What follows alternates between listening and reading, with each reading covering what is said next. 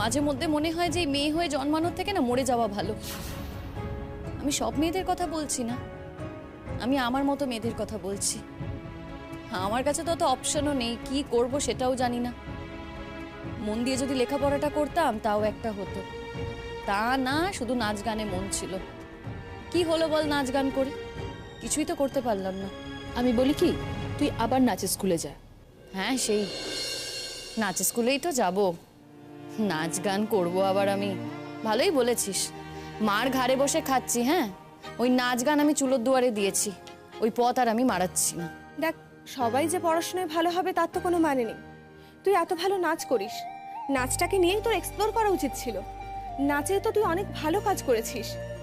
আর দেখ, তোর বাড়ির জন্যই তো তুই অনেক জায়গায় যেতে পারিসনি, নইলে ওই স্যার তো তোকে অনেক জায়গায় রেফার করতেন। থাক না রে, যে কাজটা করব না সে কথা বলে কি লাভ বল? দেখ, চাকরি তো আমরাও কেউ এখনো পাইনি। আমাদের মধ্যে একমাত্র মৌ স্কুলে চাকরি পেয়ে গেল। মৌয়ের জীবনযাপনই একদম পাল্টে গেছে, জানিস তো। এখন বুঝতে পারি যে চাকরি পাওয়া আর না পাওয়ার মধ্যে কতটা তফাৎ। চাকরি পেলে না এক লহমায় চারপাশটা অন্যরকম হয়ে যায়। মৌয়ের এখন কি সম্মান, যেমন বাইরে তেমন ঘরে। আর আমাদের দেখ কেমন ফেকলুর মতো ঘুরে বেড়াচ্ছি। কবে যে কিছু জোটাতে পারবো তারও কোনো ঠিক নেই। এখন তো বিয়ের কথা শুনলেও ভয় লাগে। সম্বন্ধ তো এদিক ওদিক থেকে আসছে। খালি কি মনে হয় জানিস তো, তোর মতো হবে না তো? কি করে জানবো? নিজেরা তো একটা ভালো করে প্রেমও করতে পারি, যেটা করেছিলাম সেটাও টেকেনি, ফ্লার্ট করে চলে গেছে। এখন তো এই অবস্থা। একমাত্র আমাদের মধ্যে আছে অপরূপা, ওরই যা স্টেডি বয়ফ্রেন্ড আছে। ছেলেটা ভালো চাকরিও করে, বিয়েও করবে। এবার ওরা যেদিন চাইবে বিয়ে করে নিতে পারে। শোন, নিশাদ ভালো চাকরি করছে এটা ঠিকই, কিন্তু নিশাদের বাড়িতে যা একটা পিস আছে না, ওই ওর বৌদি সব ব্যাপারে আগ বাড়িয়ে বাড়িয়ে কথা বলবে, সব বিষয়ে দেওয়ারের প্রতি দখলদারি। আমি দু চোখকে সহ্য করতে পারি না। শোন, তুই না ভালো করে লক্ষ্য রাখিস, বুঝলি তো? এত বৌদিপ্রীতি কিন্তু ভালো না। আমার সঙ্গে তো প্রায়ই লেগে যায়, সারাক্ষণ বৌদি বৌদি বৌদি। বৌদির জন্য শাড়ি কিনবে, বৌদির বার্থডে সেলিব্রেট করবে। দাদা কি করছে তার কোনো ঠিক ঠিকানা নেই। উনি 1000টা জিনিস নিয়ে সেলিব্রেশন করতে শুরু করে দিলেন। বৌদিকে রেস্টুরেন্টে খাওয়াতে নিয়ে যাচ্ছে। কি না, বৌদি আমাদের সবার জন্য প্রচুর করে। বৌদি আমার বাবা মাকে দেখে। আমার তো মনে হয় ভবিষ্যতে এই বৌদি কাটাতেই আমি একেবারে ক্ষতবিক্ষত হয়ে যাব। এই শোন, বলছি বিয়ের আগে না সবটা ভালো করে বুঝে নিস, বুঝলি? বিয়ের পর যেন কোনো ঝামেলা না হয়। আচ্ছা দেখ, এমনও তো হতে পারে যে ও বৌদিকে খুব ভালোবাসে, বৌদি ওকে খুব ভালোবাসে। বৌদিটা হয়তো খুব ভালো। ভালো না ছাই, ন্যাকার ধারী। যা ন্যাকামো করে কথা বলে না, আরে বাবা, ওর ন্যাকামো জাস্ট সহ্য করা যায় না। আমি তো দু চোখকে দেখতে পারি না, কিন্তু এই কথা আবার বলতেও পারবো না। যখনই বৌদির নামে নিন্দে করতে যাই তখনই বলে, এই আবার শুরু হয়ে গেল তোমাদের কিচেন পলিটিক্স। প্লিজ অপরূপা, এখনো তো আমাদের বাড়িতে বিয়ে হয়ে যাওনি, এখনই এগুলো শুরু করো না। আমাদের বৌদি খুব ভালো, সবাই আমাদের বৌদিকে খুব ভালোবাসে। আমাদের পুরো আত্মীয় স্বজনদের মধ্যে বৌদি খুব হিট। তুমি একা বললেই তো আর মানবো না, বোঝ তাহলে। হতেও পারে। এই শোন, তোর এই ভালো মানুষই রাখতো, হতেই তো পারে এগুলো নাম কেনার ফিরিস্তি। আর এখন আমাকে দেখে না আরো বেশি বেশি করে করছে। ছাড় না, এখন এসব কথা ভেবে লাভ নেই। বাদ দে, একটু অ্যাডজাস্ট করে নিবি। আর লাইফে একটু অ্যাডজাস্ট তো করতেই হয়। নিশাদ তো তোকে কত ভালোবাসে, এটা তো ঠিক। হ্যাঁ, ওইটুকু না পেলে কি আর থাকতাম নাকি? আমি জানি তো, একসঙ্গে যখন বেরোই দেখি তো কত টেক কেয়ার করে। হ্যাঁ, আমি তো বলি বর তো না যেন বাবা, সারাক্ষণ একটা ফাদারলি অ্যাপ্রোচ। সেই জন্যই তো তোর ভালো লাগে। মেয়েরা একটু বেশি ফাদারলি অ্যাপ্রোচ ছেলেদের পছন্দ করে। আমি একটা জিনিস বুঝতে পারলাম না, একটা ইয়াং ছেলে, তুই একটা ইয়াং মেয়ে ওর জীবনে গেছিস, পরাগদা তোকে বুঝতে পারলো না? মেরুদণ্ড থাকলে তো বুঝবে। ও তো আসলে কোনোদিনও কারোর সাথে মেশেই নি, ভালো করে কথা বলতেই জানে না। ওই স্কুল আর বাড়ি, বাড়ি আর স্কুল। হ্যাঁ, এক দুবার হয়তো ছোট ভাইয়ের এগেনস্টে কথা বলেছে, ওই বলেইছে, জোর গলায় বলতে পারেনি। ওর কাছে না মেয়ে মানেই হলো ভোগ বস্তু। প্রতিটা রাতে আমার মনে হতো আমি টর্চার্ড হচ্ছি। প্রতিটা রাতে আমার নিজেকে এরকম অপমানিত হতে দেখতে না ভালো লাগতো না রে। ও যা করে না আমার সাথে, একবারও জানার চেষ্টা করে না, জানিস তো, যে আমার ইচ্ছে আছে কি ইচ্ছে নেই। আমার ব্যথা লাগলে ও আনন্দ পেত, পাশবিক একেবারে। আমি প্রত্যেকটা রাত ভুলতে চাই রে, সত্যি ভুলে যেতে চাই। তবে জানিস তো, আমি চেষ্টা করেছিলাম, ভেবেছিলাম ও বাড়িতে লড়াই করে আমি টিকে যাব, ভেবেছিলাম আমি সবাইকে বদলে ফেলতে পারবো। পারলাম না রে, ওরা কেউ বদলানোর নয়। তবে জানিস, আমার শাশুড়ি মায়েরও জীবনে অনেক দুঃখ আছে।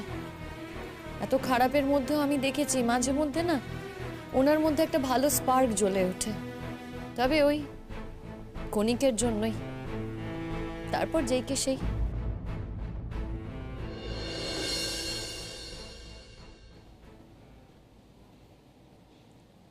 আসতে পারি?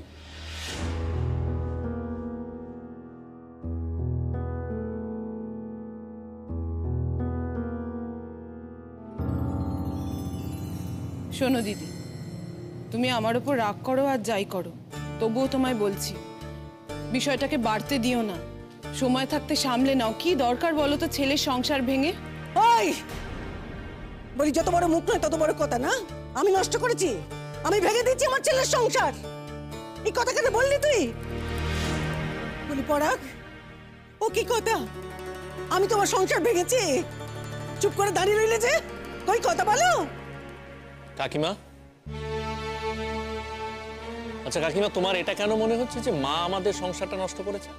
কেন মনে হচ্ছে তোমার? কই, মা তো আমাদের সংসার ভাঙেনি। একটা জিনিস মনে রেখো কিন্তু কাকিমা, আমি কিন্তু বাচ্চা ছেলে নই। আমি যথেষ্ট অ্যাডাল্ট। যা ডিসিশন নেওয়া সেটা আমি নিজে নিয়েছি এবং যথেষ্ট বুঝে শুনেই নিয়েছি। দেখ পড়া, মাকে বাঁচাতে যাস না, শেষ পর্যন্ত ক্ষতি কিন্তু তোরই হবে। তুই যদি বিয়ে করে নতুন বউ নিয়ে আসিস, তাহলে এরা, এই পাড়ার বউরা কিন্তু তোকে ছেড়ে দেবে না। কেন ছেড়ে দেবই বা কেন? ছেড়ে দেওয়ার তো কোনো প্রশ্নই উঠছে না। বারে বারে পরপর এক একটাও বিয়ে করে নতুন নতুন মেয়ে বাড়িতে নিয়ে আসবে, তারপর সেই মেয়েটার সাথে এতটুকু এরা নিজেরা মানিয়ে নেবে না, অ্যাডজাস্ট করবে না, এবং মেয়েটার উপর এমন টর্চার করবে, এমন দুর্ব্যবহার করবে যে মেয়েটা বাড়ি ছেড়ে চলে যেতে বাধ্য হবে। সেটা আমরা মেনে নেবই বা কেন? আর এখানে শিমুলের জায়গা তো আমরা যে কেউ থাকতে পারতাম। সেই বাত শিমুলের সাথে ঝামেলা হলো কেন? ও ডান্স করেছিল বলে। पर আমরা সবাই তো कुछ না कुछ परफॉर्म করেছি ফাংশনে। কই, আমাদের তো ঘর ছেড়ে চলে যেতে হয়নি। फिर তোমার বিবিকে কেন চলে যেতে হলো পরাগ? শোনো, আমাদের বাড়ির নিয়ম অন্য কোনো বাড়ির সাথে মিলবে তার তো কোনো মানে নেই। তাছাড়া তোমাদের অনেক দিন হলো বিয়ে হয়েছে, তোমরা এই পাড়ায় অনেক দিন ধরে আছো, আর আমাদের বাড়ির বউ কিন্তু নতুন। সেই নতুন বউ পাড়ায় গিয়ে নাচবে, সেটা আমার মায়ের পছন্দ নাই হতে পারে। মার পছন্দের কথা বাদ দাও, তোমারও পছন্দ হয়নি। তোমাদের পছন্দ হয়নি, সেই জন্য একটা মেয়েকে শাসন করার ভার তুলে নিয়েছো। কে দিয়েছে এই দায়িত্বটা তোমাদের? কেন, এটা কি কোনো বোর্ডিং স্কুল না জেলখানা যে তোমরা শাসন করছো? সেখানেও বোধহয় এরকম অত্যাচার কারোর উপর করা হয় না। অন্তত নিজের মত প্রকাশের একটা স্বাধীনতা আছে সেখানে, এখানে তো সেটাও নেই।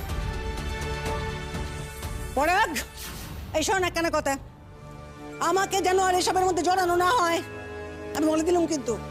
তুই যা, যাকে যা, আজই যা শ্বশুর বাড়ি যা, ওই হাতে পায়ে ধরে তোর বউকে নিয়ে আয় গিয়ে, যা। কি বলছো তুমি? প্রশ্নই উঠছে না। কি প্রশ্নই উঠছে না নাকি? না, উঠছে না। উঠছে না, তার কারণ আমি বলিনি ওকে যেতে, এটাও নিজের সিদ্ধান্ত ছিল। তোমার বিন্দু মাত্র লজ্জা নেই না?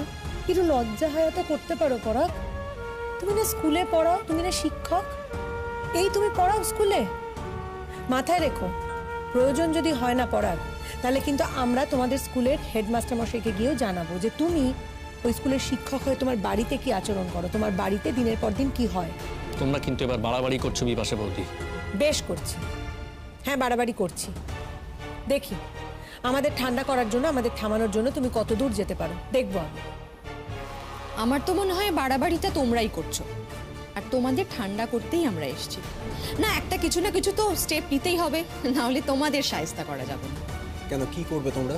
কি স্টেপ নেবে? ও যখন আমরা করব তখন তুমি ঠিক জানতে পারবে।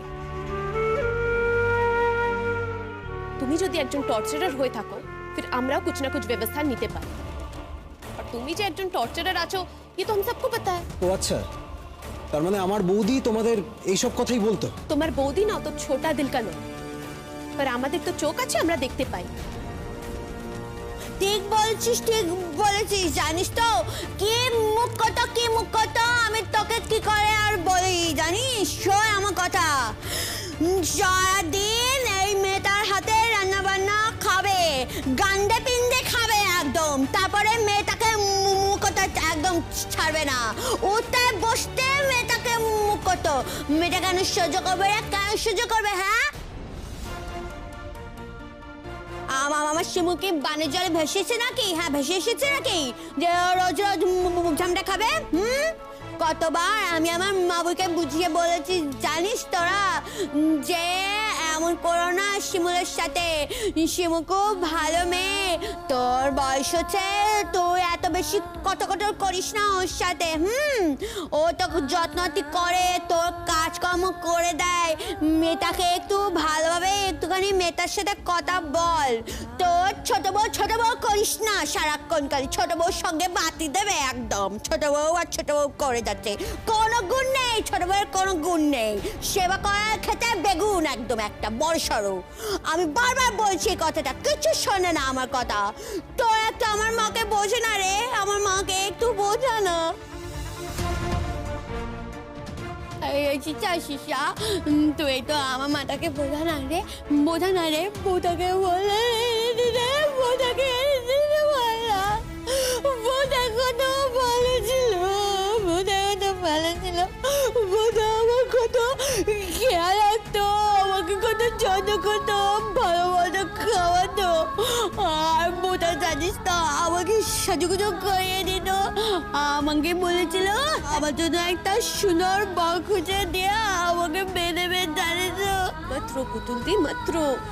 আমরা সবাই আছি তো। হ্যাঁ, আমরা সবাই আছি।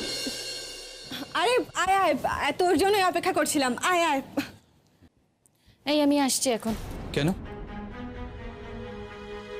আচ্ছা, আমি কি অস্পৃশ্য নাকি কথা বলার যোগ্য নই যে আমাকে দেখেই অ্যাভয়েড করে এখান থেকে চলে যেতে হবে? কে বলেছে আমি তোর জন্য চলে যাচ্ছি? আমার বাড়ি যাওয়ার আছে তাই যাচ্ছি, আমি তার কাছে যাচ্ছি। এটা তো তুই ডেলিভারিটলি অপমান করছিস শতদ্রুকে। তুইও তো আমাকে বলিসনি রে ও আসছে। কি আশ্চর্য, এটা বন্ধুদের মধ্যে বলতে যাবই বা কেন? এরা যে আসবে তুই জানতিস? আমি তোর কাছে সবটাই সারপ্রাইজ রেখেছিলাম, ইভেন ওর কাছেও তাই। আর আমি কি করে ভাববো বলতো যে তুই শতদ্রুকে দেখে এরকম সঙ্গে সঙ্গে চলে যেতে চাইবি? তা ওর বুঝি এখন দিল্লিতে কোনো চাকরি নেই? এতদিন ছুটি নিয়ে আছিস বুঝি? ফর ইউর কাইন্ড ইনফরমেশন, আমি এখন এখানে শিফট করে গেছি। আমার পোস্টিং কলকাতায় হয়েছে। ও, তাহলে সেই কলকাতাতেই পোস্টিং হলো। শিমুল, পোস্টিংটা আমার হাতে ছিল না। যাকে কেমন আছিস বল? দুর্দান্ত। নাটক, প্লিজ নাটক করিস না। আমি জানি তুই একেবারেই দুর্দান্ত নেই। অনুসুয়ার থেকে আমি সব খবর পেয়েছি। আমি না মাঝে মধ্যে সত্যি বুঝতে পারি না যে আমি অনুসুয়াকে আমার রিপোর্টার রেখেছি কিনা। দেখ, আমার মনে হয় এটা আমার ডিউটি। তুই আর শতদ্রু দুজনকে ভালোবাসতিস, আর আমরা বন্ধুরা কে কেমন আছি সবাইকে জানাই। আর তোর কথা আমি শতদ্রুকে জানাবো না, এটা তো আমি ভাবতেও পারি না। তুই না চাইলেও আমি শতদ্রুকে জানাই, আর জানাতে চাই। যাকে শুনলাম তুই কাজের খোঁজ করছিস। কেন, তোর কাছে কাজের খোঁজ আছে বুঝি? দেখ, নেই সেটা বলবো না, তবে একটা ইন্টারভিউয়ের ব্যবস্থা করে দিতে পারি। কোথায়? আমার অফিসে। আসলে ওখানে নতুন কিছু রিক্রুটমেন্ট হচ্ছে, যারা কম্পিউটার জানে, যারা ভালো কথা বলতে পারে।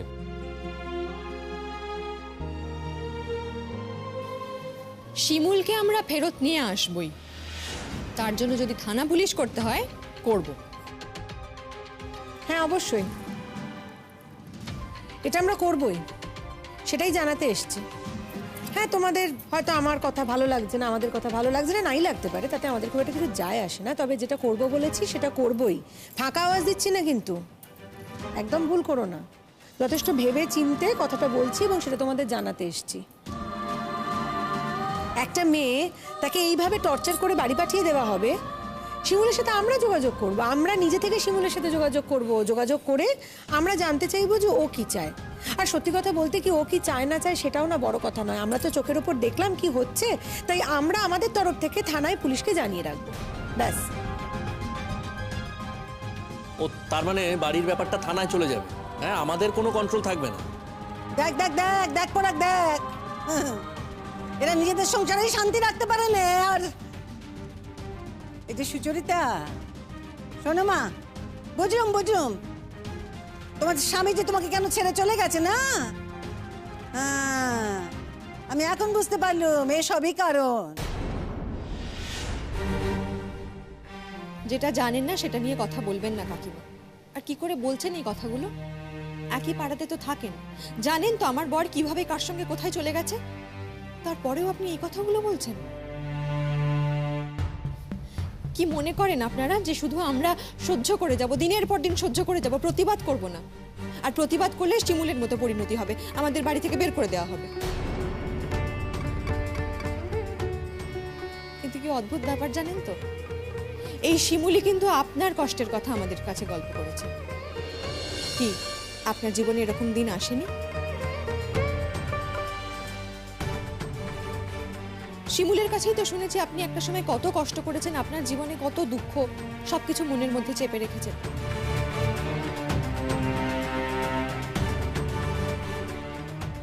দেখুন, একটা পরের বাড়ির মেয়ে যার উপর এত অত্যাচার করছেন, সেই কিন্তু আপনার হয়ে আমাদের কাছে কথা বলেছে।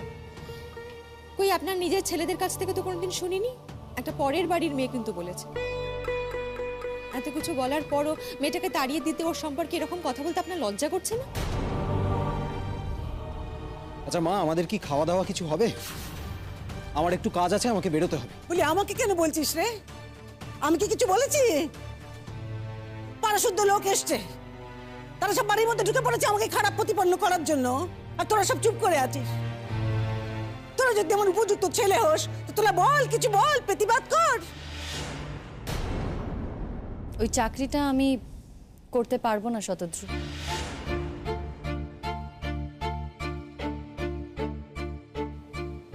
কেন?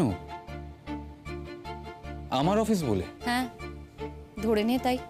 তোর নাকি কাজের খুব দরকার, তাহলে তো অপশন দিচ্ছিস কেন? যে তোর সব থেকে বড় শুভাকাঙ্ক্ষী, সে ওই অফিসে চাকরি করে বলে তুই বলছিস তুই ওই অফিসে চাকরি করবি না? দেখ, আমি না এই ব্লেমটা নিতে চাই না।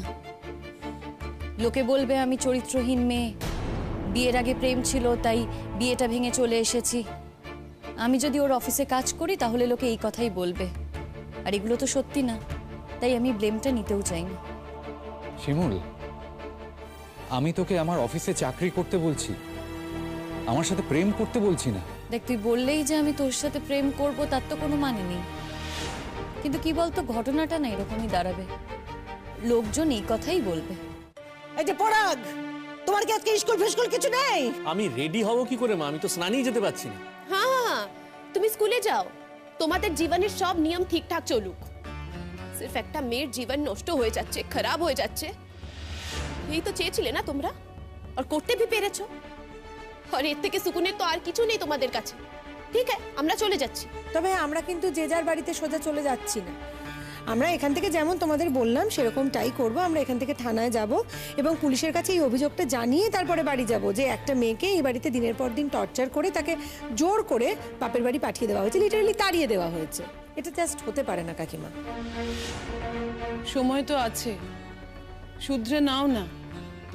জীবনে সবাই সবকিছু ঠিকঠাক পারে তা তো নয়। ধরে নিলাম তোমার শিমুলের সবকিছু পছন্দ নয়, কিন্তু একটু শিখিয়ে নাও না, তা বলে মেয়েটাকে বাড়ি থেকে বার করে দিতে হবে? বারবার করে একই কথা বলছিস কেন? আমি বার করে দিই নে, আমি বার করে দিই নে। আরে তুইও তো ছিলিস ওখানে, তুই বলিসনি তাকে থেকে যেতে? বলিসনি? তুই গেল সে থেকে? একটা মানুষকে এতবার অপমান করলে সে কেন থাকবে জেঠিমণি? সবাই তো অপমান সহ্য করে থাকতে পারে না, সেটা তো তোমাকেও বুঝতে হবে। মায়ের কাছে শুনেছি মাদেরও অনেক কষ্ট ছিল, তুমিও অনেক কষ্ট পেয়েছো, সেই দিনগুলো ভুলে গেছো জেঠিমণি? মনে পড়ে না তোমার? আর তুমি সেই আরেকটা মেয়েকে সেই একই কষ্ট দিচ্ছ। আজকে যদি ওর জায়গায় পুতুলদি থাকতো, পুতুলদি যদি কষ্ট পেত, তাহলে তোমার ভালো লাগতো সেটা? বোঝা বোঝা, ওদেরকে একটু বোঝা রে, ওরা গততে একটু বুদ্ধি নেই। কেন সেদিনকে তো খুব তেজ করে না খেয়ে ঘুমোতে দেওয়া হয়েছিল, তখন ছেলেরা গেছে নাকি তোর মুখে খাবার তুলে দিতে? হ্যাঁ, বউটা না খেয়ে বসেছিল, তোর জন্য তোর লুকে লুকে খাবার নিয়ে গেছে, তোকে খাইয়েছে রে, নিজে না খেয়ে তোকে খাইয়েছে। তখন আবার তোকে বলেছিস আমার সামনে বসে খাও। সে সমস্ত দেখবে নে, সে সমস্ত দেখবে নে, সে সমস্ত কেউ তো কোনোদিনও দেখবে নে। শুধু আমারই দোষ, আমারই দোষ। করিস না, অন্য জায়গায় চাকরি খুঁজ। খুঁজছি তো, অন্য জায়গাতেই কাজ খুঁজছি। সবকিছুতেই তুই এত বেশি বাড়াবাড়ি করিস না। হ্যাঁ, আমি তো বাড়াবাড়ি করি, সব বিষয়ে আমি বাড়াবাড়ি করি, আর সেই কারণে তো ফলও ভোগ করছি। যা ফল ভোগ করা তো আমিই করছি, তোরা তো কেউ করছিস না। তাই আমাকে না জ্ঞানটা দিতে আসিস না। শিমুল, আচ্ছা যদি তাই হয়ে থাকে, মানে সিচুয়েশনের জন্য তুই যদি বাড়াবাড়ি করেই থাকিস, তাহলে তো আমি বলবো তোর মানিয়ে নেওয়া উচিত ছিল। এই তোকে এই বিষয়ে কথা বলতে কে বলেছে? আমি চাই না তুই এই বিষয়ে কোনো কথা বল। জানি, শুধু জানি না আমার অপরাধটা কোথায় ছিল। শিমুল, তোকে 5 বছর অপেক্ষা করতে বলে আমি কি খুব বড় অপরাধ করে ফেলেছিলাম? যেখানে আমার কাছে 5 দিনও অপেক্ষা করার সময় ছিল না, সেখানে তুই আমায় 5 বছর দেখিয়েছিলি। আর এখন আবার তোর অফিসে চাকরি দিয়ে আমাকে বদনামের ভাগী করতে চাইছিস। না রে, আমার সত্যি এর কোনো প্রয়োজন নেই। যে যাকে সত্যি ভালোবাসে না, তার জন্য অপেক্ষা করে, প্রতিটা মুহূর্তে অপেক্ষা করে, প্রতিটা মুহূর্তে হাত বাড়িয়ে দেয়, প্রতিটা মুহূর্তে পাশে থাকে। তুই কি সেটা করেছিলি?